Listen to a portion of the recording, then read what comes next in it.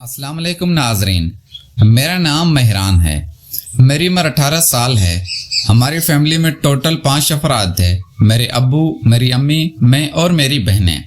मेरी बहनें शादीशुदा हैं और वो अपने घर वाली हैं। हमारे पास अपनी बहुत ज़मीन थी और हम अच्छे खाते पीते घराने से ताल्लुक़ रखते थे। हमारी रहायश कराची की है। मेरी दोनों बहनें हमसे कुछ फासले पर ही रहती हैं। ये दोनों शादीशुदा हैं। उनका ससुराल वहाँ पर ही था। मेरी बड़ी बहन की उम्र 38 साल है। मेरी बड़ी बहन का नाम रुबीना है। रुबीना की 2 बेटियां, 1 बेटा है। बेटा सबसे छोटा है और वो मेरा भांजा अभी 6 साल का है।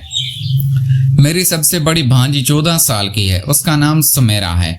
मेरी भांजी सुमेरा फर्स्ट ईयर में पढ़ती है और दिखने में काफी खूबसूरत है। मेरी छोटी भांजी का नाम रोशन है। रोशन अभी 8 साल की है और वो 5 क्लास में पढ़ती है।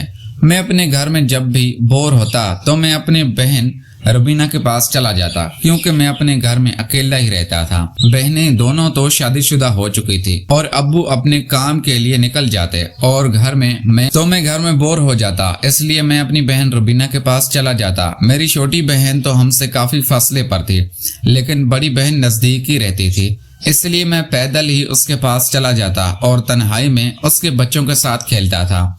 मेरी भांजी इस वक्त काफी शरारती थी और वो मेरे साथ काफी हंसी मजाक करती थी और मैं भी उसका काफी ख्याल रखता था और वो मेरे पास ही रहती थी। मेरा उसके बगैर दिल नहीं लगता था और मैं उसको पसंद करने लगा था। वो बहुत खूबसूरत थी और मेरा दिल उस पर आ गया था। मेरी भांजी जब भी कॉलेज से वापस आती तो वो मुझे फोन कर देती। मैं उसके पास चला जाता और मैं उसके साथ काफी खेलता। हम काफी मौज मस्ती करते और मैं उनको काफी सारी चीजें लेकर देता। वो मुझे मामू जान कहकर बुलाती थी, लेकिन मैं तो उस पर फिदा होने लगा था और मेरा दिल था कि अब उसके साथ कोई ऐसा काम करूं जिससे मेरी ख्वाहिश पूरी हो जाए। मेरे दिल में ये अरमान था कि मेरी भांजी किसी जगह मुझे अकेली मिल जाए तो मैं उसके साथ वो सब कुछ कर लूं जिसको करने के बाद मुझे काफी सुकून मिले। लेकिन मेरी बहन घर से बाहर नहीं जाती थी और सुमेरा के अब्बू इस्लामाबाद में जॉब करते थे, इसलिए वो तो घर नहीं होते थे। एक दिन मैं बहन के घर आ गया था और मेरी बहन हमारे घर चली गई थी। जब मेरी बहन हमारे घर गई तो कहने लगी मैं अम्मी अब्बू से मिलूं। उस दिन तो इतवार का दिन था और अब्बू भी घर पर थे। अब्बू ने कहा मेहरान बेटा, तुम बच्चों के पास चले जाओ, तुम्हारी बाजी इधर है और बच्चे अपने घर में अकेले हैं। मैं फौरन सुमेरा और रोशन के पास आ गया। रोशन तो अपने कमरे में जाकर सो गए थे क्योंकि गर्मियों के दिन थे। वो स्कूल से थकी हुई आई थी।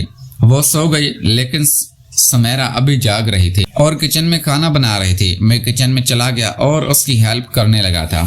किचन में ऊपर डब्बा रखा हुआ था जिसमें नमक था। सुमेरा कहने लगी मामू जान, मुझे वो नमक तो उठा कर दो, मैंने वो सालन में डालना है। मैं आगे हुआ तो सुमेरा मेरे आगे खड़ी हुई थी। नमक का डब्बा उठाने लगा तो मेरे सामने वाला सामान सुमेरा के साथ टच होने लगा।